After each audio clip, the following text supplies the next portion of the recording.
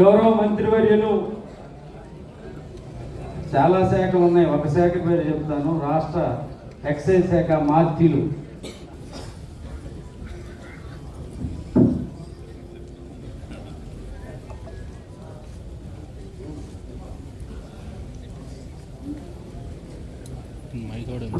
మిత్రుడు పట్టాభి గారిని మాట్లాడవలసిందిగా కోరుతున్నాను.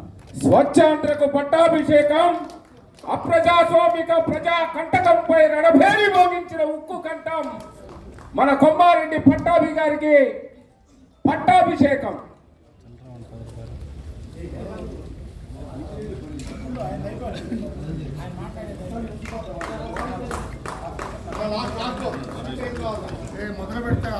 దయచేసి ఎవరొద్దండి, అందరు ఉన్నారు. అందరినీ పేరు పేరున పిలిచి అవకాశం కల్పిస్తాం. దయచేసి అందరూ తోచుకోవద్దని మనవి. పట్టాభి గారిని మైన్స్ అండ్ జియాలజీ శాఖ మార్చులు కొల్లు రవీంద్ర గారికి స్వాగతం సుస్వాగతాన్ని తెలియజేస్తున్నాం.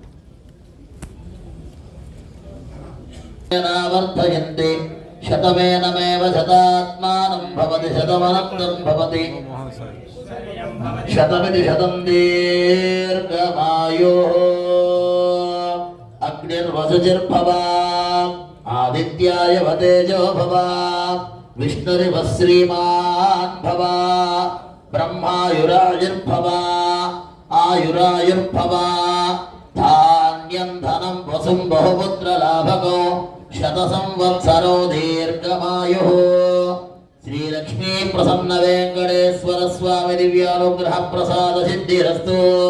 దుర్గామల్లేశ్వర స్వామి దివ్య కృపాకటాక్ష సిద్ధిరస్తు. శతమానం భవతి శతాయు పురుషస్య తేంద్రియ.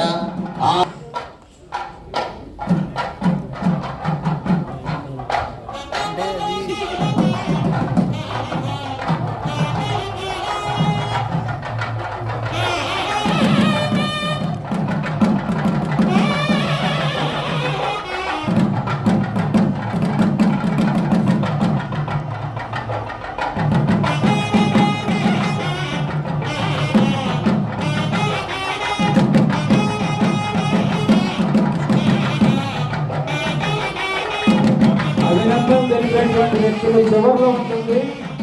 ఎవరు కూడా వేదికపైకి రావచ్చు.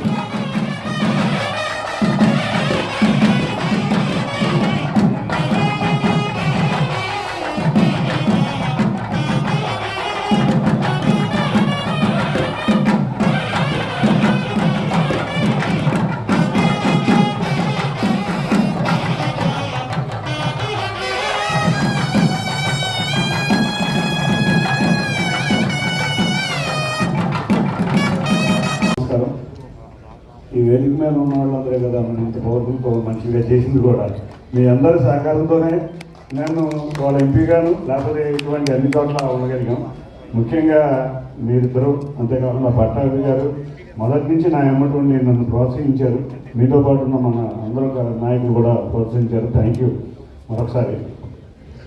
ఇక పట్టాభి గారి గురించి నేను 2013లో విజయవాడ పశ్చిమ నియోజకవర్గంలో ఒక ముస్లిమ్స్ మీటింగ్ పెట్టాం.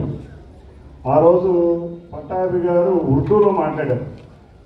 ఆ రోజు అతని స్పీచ్ చూసి ఇతని వాడి వేడి స్పీచ్ ద్వారా ఇతను ఎప్పుడో పెద్ద నాయకుడు అయిపోతాడని అనుకున్నాను. అదేవిధంగా అదే స్పీచ్ ద్వారా ఇవాళ ఆయన నాయకుడు అయ్యారు. ఆ రోజు ఉర్దూలో, తెలుగులో కూడా కాదు, ఉర్దూలో కూడా చాలా స్పష్టంగా అందరికీ అర్థమయ్యే విధంగా మాట్లాడారు. తర్వాత కాలంలో మరి ఆ రోజు 2014 నుంచి మనం అధికారంలో ఉన్నాం. ఆయన వేడి అంత వినపడలేదు. కానీ 2019 ఎప్పుడైతే ప్రతిపక్షంలోకి వచ్చామో